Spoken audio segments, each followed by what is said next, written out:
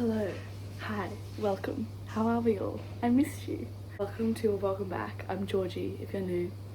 I haven't posted in a little while, but first things first, Happy New Year! It's the 2nd today as I'm filming this. So Happy New Year, Merry Christmas. Hope you had a lovely holiday period and I hope you're enjoying a nice little relaxing time.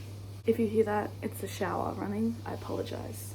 Change of scenery. I'm actually at home with my family, so that's why this is the setup, and that's also why I haven't posted much. But 2024, it's going to be the year of me actually posting videos, so get excited. Today we're doing my least favourite books of 2023. It pains me to say that I didn't like a book. I love reading. It hurts my soul when I don't enjoy it, but I had a few this year that I really didn't enjoy. I don't have all of the physical copies, but we're going to go through them and let me know if you agree or disagree, because again, this is just my opinion and this is no hate to the authors who I'm sure put a lot of time into writing them. Hats off to you. I just, personally, these were not my cup of tea, and I'll tell you why. So I hope you enjoy the video. Maybe if you agree with me, you can comment, and if you don't, you can also comment and we can have a little discussion. And I'll block you, no kidding. I would never ever do that. Okay, let's start. First one that I really did not like was Wuthering Heights by Charlotte Bronte, Emily Bronte, whichever Bronte sister wrote Wuthering Heights. I hated it. And you know what? I was really disappointed that I hated it, because obviously it's a classic and everybody quotes it, you know, in that After movie where they're like, whatever here our souls are made of, his and mine are the same. Love that quote, love it. Sorry, I'm sure the shower is so annoying and I apologise. Yeah, I just listened and the shower is really loud, so I apologise profusely. I swear one of these days I'm gonna have a video that's actually good quality. Anyway, everybody always quotes this book, a lot of people, it's their favourite book, so I was very excited, but I really,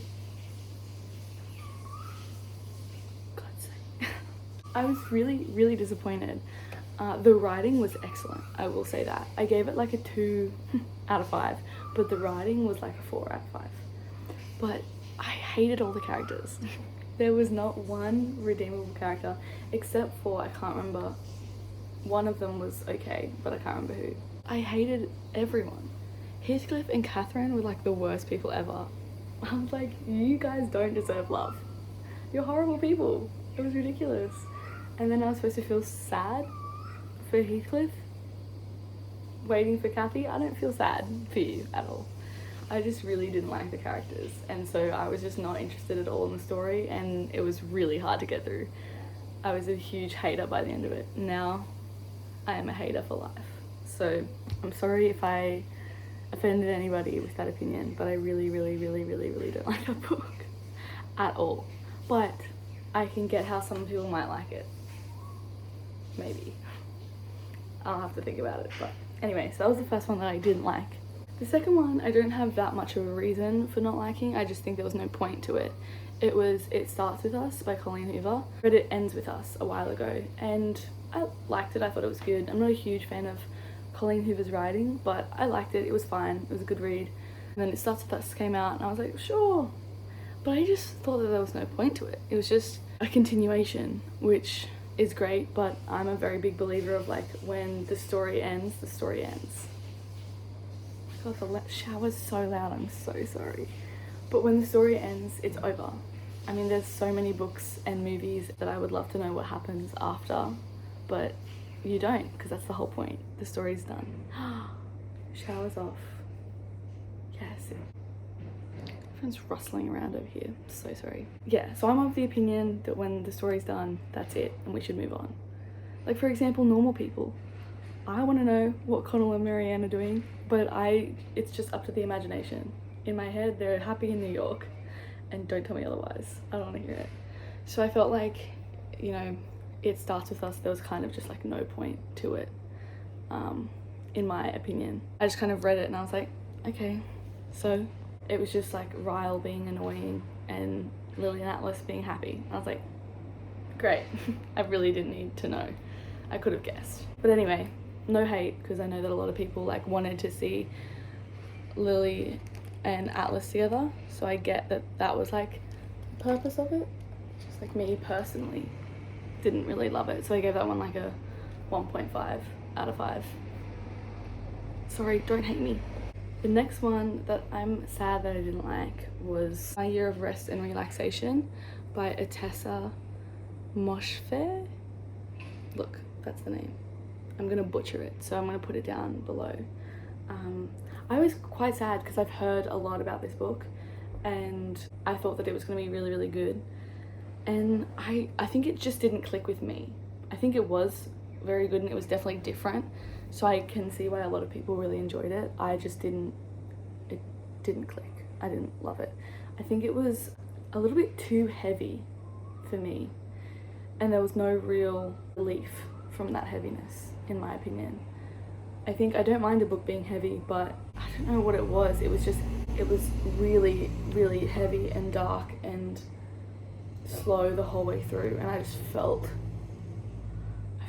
really heavy, if that makes sense. I don't think I'm making any sense. So I didn't love it. And I also think Atessa's writing style didn't click with me. She did a lot of listing things and a lot of run-on sentences where there'd just be commas and the sentence would go on forever. Did a lot of interesting things with her writing that I think a lot of other people would have loved. I couldn't connect with the writing.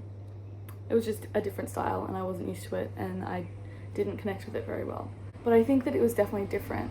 So I'd give it like a 3 out of 5, but I just didn't love it as much as I thought I would, which made me a little bit sad. But anyway, the next one that I really didn't like, which also made me so sad because I was very excited for it, was The Invisible Life of Addie LaRue. Don't hate me. Please don't hate me. I know you probably will, because a lot of people, I heard so much about this book. I read the first like chapter a while ago and I was like, oh, beautiful writing. Oh my God, it's gonna be incredible. And I read it and I was like, I think my problem was, number one, it was very slow.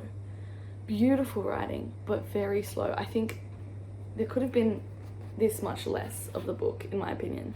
There were just so many pages where I was like, what, who cares? Why are we still talking about stuff? And it was very predictable, in my opinion. It's kind of like whatever was said on the back is exactly what happened, and there was nothing new that occurred. Even the ending, I was like, oh well, okay, I probably expected that. And it wasn't really I didn't love the way that it ended. So I just was really disappointed, and I actually struggled to read it all because it was so, in my opinion, so slow. Beautiful writing, I will say. The writing was very beautiful. I just didn't connect with it, so I wasn't moved by it or touched by it. It was just, which was really sad because I'd heard a lot about it, but yeah. So that I gave like a 2 out of 5. I didn't really find anything in it that I enjoyed particularly. The next one that I read that I really didn't like was Addicted to You. I think it's like Christy Ritchie or something. I'm going to put the author down below. I don't get this book. I don't get the obsession with this book. I read a lot of different things. I'm not a huge romance reader just because I get bored. Just because I'm like, yeah, we get it, you're in love. What else is new? I'm just cynical, so I'm like, no one cares that you're in love. No, I'm kidding. But I do get quite bored in romance books if there's no other plot or nothing else happening other than the romance and like stuff happening in people's lives. That kind of bores me. So I always go into it with lowish expectations when I read a romance book. I just want to have a good time, bit of fun, and that's what I'm looking for. But this book was just, I don't know, I just really didn't like it. I thought there was nothing, I think because it was quite dark. It was dark without really, I don't know, I think it was just a bit too dark for me for a romance book. It was not what I was expecting. And I just kind of went through the motions reading it, and I was going to read the whole series. I'm glad I didn't buy the whole series because I was going to, and I was going to read all of it and do a vlog, but I couldn't get through it. I couldn't. Let me know if you love it and if you think the other books get better, and I might give it a go. But I just really saw something about the storyline. I was like, this is really unnecessarily dark, and it kind of doesn't make it, it's just, just, I don't know, unnecessary in my opinion. Don't hate me. Sorry. I gave that one like a 1. If I'm like sitting back, hey, I gave it like a 1 out of 5, if that. I just really didn't like it. It was not good in my opinion. The last one that I read that I didn't love was, I read the Twisted Love series by Anna Huang, I believe that's her name. I'll put it down here. Overall, I thought the series was fine. I thought it was like a 2.5, 3 out of 5. It was solid, it was fine. I enjoyed most of it, but there were bits, and I guess this is again me not being an avid romance reader, or especially like a dark romance reader, because that's a whole other genre in itself. But some of them were really dark. Also, okay, spoiler, if you don't want a spoiler, get out of here. But can we discuss at the end of the first one, I can't remember his name, was it Alex? I have no idea what his name was.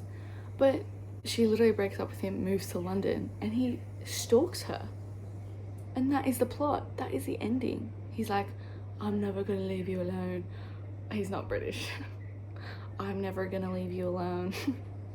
The accents need to stop.